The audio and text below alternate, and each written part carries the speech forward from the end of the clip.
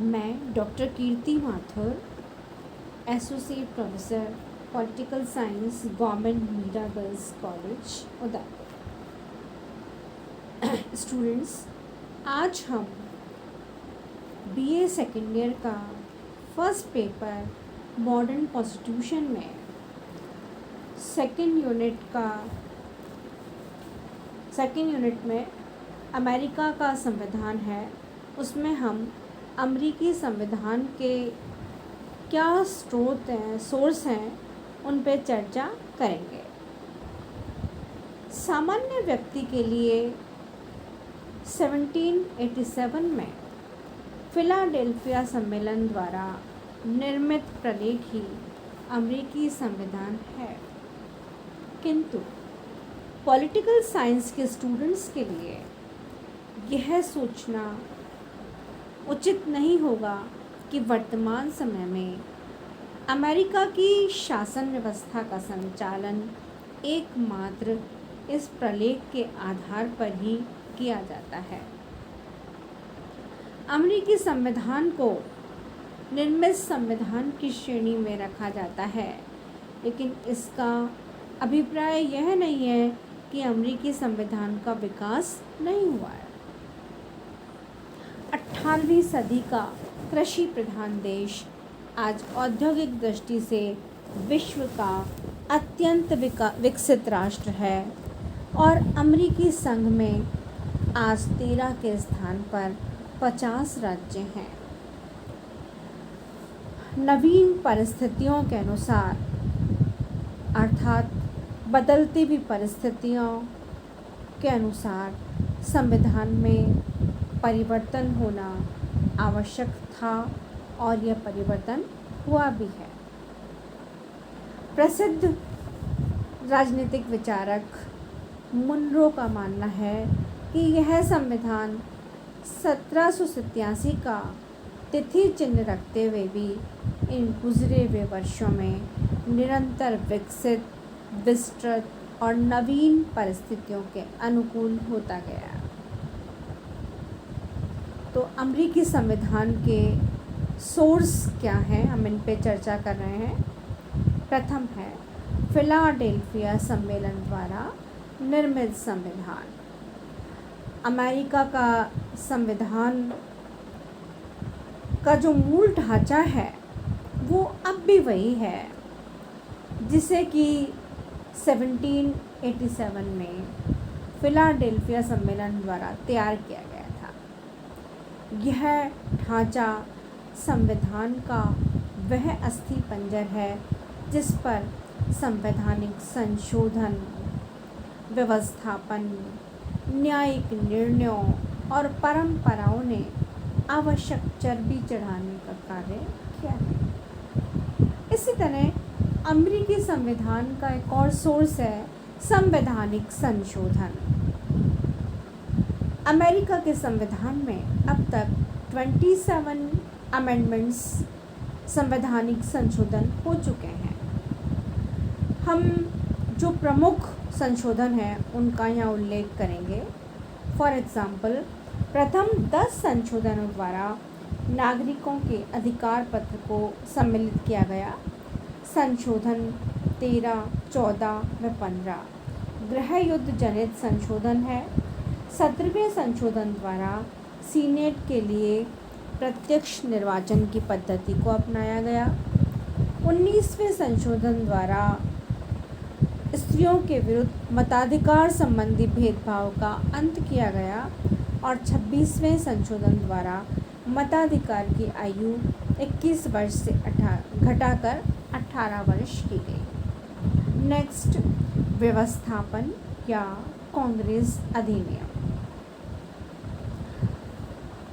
1789 में लागू किए गए संविधान ने नवीन सरकार के मूल ढांचे मात्र की ही व्यवस्था की है और संविधान निर्माताओं ने विस्तार की बातों के संबंध में व्यवस्था करने का भार कांग्रेस पर छोड़ा है।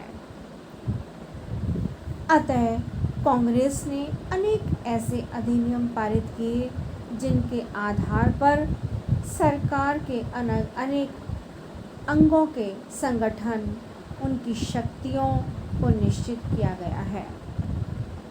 फॉर एग्ज़ाम्पल, संविधान में राष्ट्रपति की कैबिनेट के संबंध में कुछ भी नहीं कहा गया।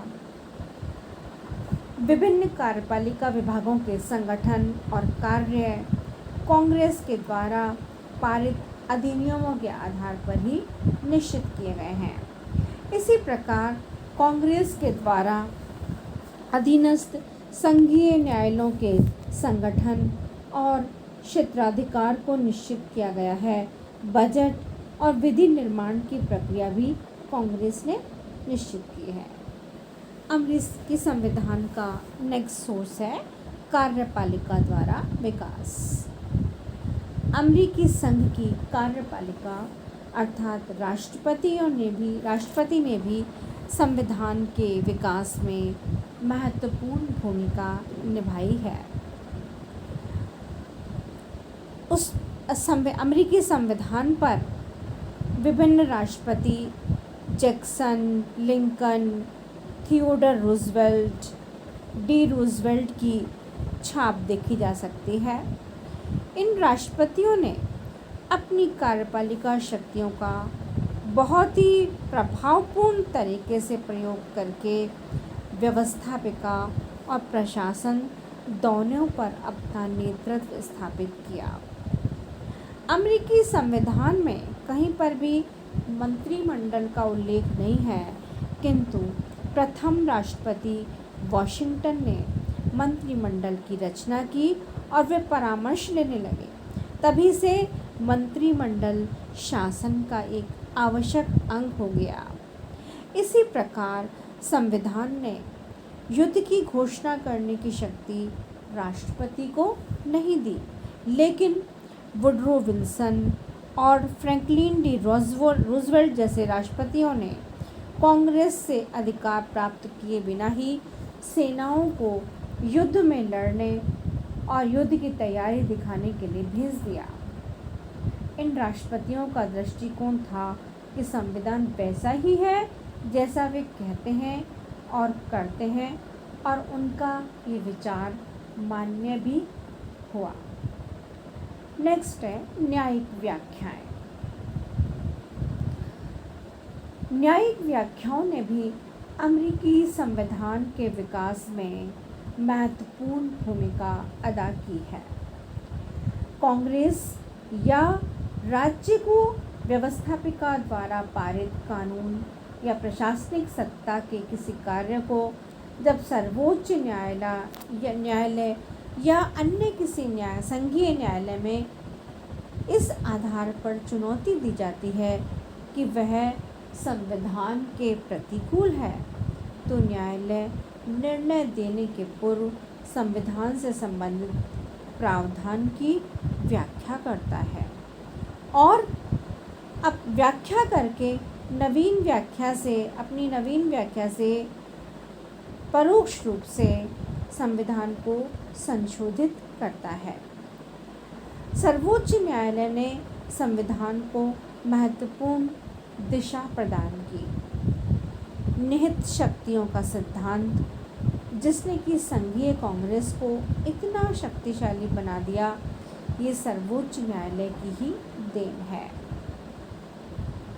सर्वोच्च न्यायालय ने ही अपने लगभग 100 निर्णयों में वाणिज्य से संबंधित धारा की व्याख्या की और सर्वोच्च न्यायालय द्वारा की गई व्याख्याओं के परिणाम स्वरूप डाक, तार, रेल, हवाई, जलीय यातायात और एक से अधिक राज्यों में काम करने वाले सामान्य औद्योगिक प्रतिष्ठान भी कांग्रेस के विधायी क्षेत्राधिकार में आ गए हैं। सर्वोच्च न्यायालय ने अपनी व्याख्या के आधार पर ही संविदा की पवित्रता के सिद्धांत का भी प्रतिपादन किया।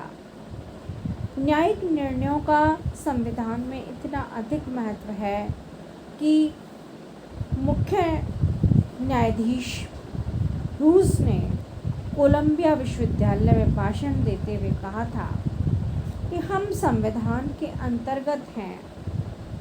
परंतु संविधान वैसा ही है जैसा न्यायाधीश कहते हैं। इसी तरह परंपराएं भी अमेरिकी संविधान का महत्वपूर्ण सोर्स है। ब्रिटिश संविधान में परंपराओं को बहुत महत्वपूर्ण स्थान प्राप्त है। ब्रिटिश संविधान जितना महत्वपूर्ण स्थान अमेरिकी संविधान में परंपराओं को प्राप्त नहीं है, लेकिन फिर भी अमेरिकी संविधान में भी परंपराओं का अस्तित्व है और उन्हें भी महत्वपूर्ण स्थान प्राप्त है। जैसे कि इसका एक प्रमुख उदाहरण यह है कि राष्ट्रपति के निर्वाचक मंडल से जो संबंधित उपबंध है, जिन्होंने संविधान निर्माताओं की इच्छाओं के विपरीत राष्ट्रपति के चुनाव को व्यवहार में एक प्रत्यक्ष निर्वाचन का रूप दिया। ये प्रथाओं और परंपराओं ने अमेरिका के संविधान को एक ऐसा रूप प्रदान किया जो संविधान के लिखित प्रावधानों के निरंतर विपरीत है। और परंपराओं के कारण ही राष्ट्रपति को न केवल प्रमुख कार्यपालिका व अपने राजनीतिक दल का सामान्य राजनीतिक नेता भी समझा जाता है। राष्ट्रपति की कैबिनेट भी परंपराओं का ही परिणाम है और परंपराओं के द्वारा ही ये निर्धारित किया गया है कि राष्ट्रपति और उपराष्ट्रपति न केवल अलग अलग राज्यों से बल्कि देश के अलग अलग क्षेत्रों से भी होने चाहिए। इसी प्रकार प्रतिनिधि सभा के सदस्य के लिए उस राज्य का निवासी होना जरूरी है जिससे वह चुना गया है। लेकिन परंपराओं के अनुसार ये व्यवस्था संविधान के अनुसार की गई है, लेकिन परंपराओं के अनुसार उसके लिए उस जिले का निवासी होना भी जरूरी है जहाँ से वह चुनाव लड़ता है। इसी तरह सीनेट की शिष्टता ये भी परंपरा का ही परिणाम है। इसी प्रकार परंपराओं ने जिन राजनीतिक संस्थाओं या राजनीतिक स्थितियों को जन्म दिया वे हैं राजनीतिक दल, मंत्रिमंडलात्मक व्यवस्था, राष्ट्रपति का चुनाव जो वस्तुतः प्रत्यक्ष हो गया है, सीनेट के प्रति शिष्टता।